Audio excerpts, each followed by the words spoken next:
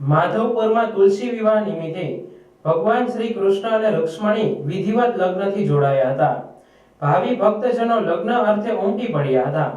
માધવપુરમાં પરંપરાગત વર્ષોથી ભવ્ય તુલસી વિવાહનું આયોજન કરવામાં આવે છે. ત્યારે દેવ દિવાળી અને 11ના દિવસે માતા રૂક્ષ્મણીનું ધામધૂમથી રૂક્ષ્મણીજી મંદિરના મહંત દ્વારા માધવરાયજીના નિજ મંદિરેથી વાજતે ગાજતે તેડું કરવામાં આવ્યું હતું.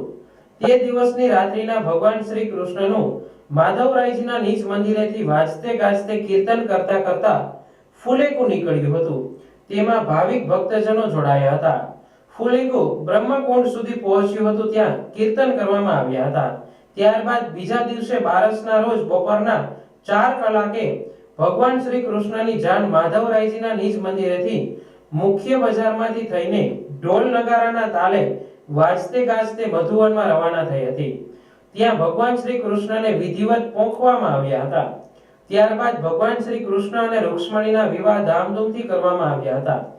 રાત્રિના ભગવાન શ્રી કૃષ્ણ અને રૂક્ષ્મણીજી લગ્નથી જોડાયા પછી તેઓની જાન પરત માધવરાયજીના નિજ મંદિરે રાત્રિના પહોંચી હતી. ત્યારે તેને વિધિવત પોંખવામાં આવ્યા હતા અને માધવરાયજીના નિજ મંદિરમાં બંને યુગલ સ્વરૂપને બિરાજમાન કરવામાં આવ્યા હતા.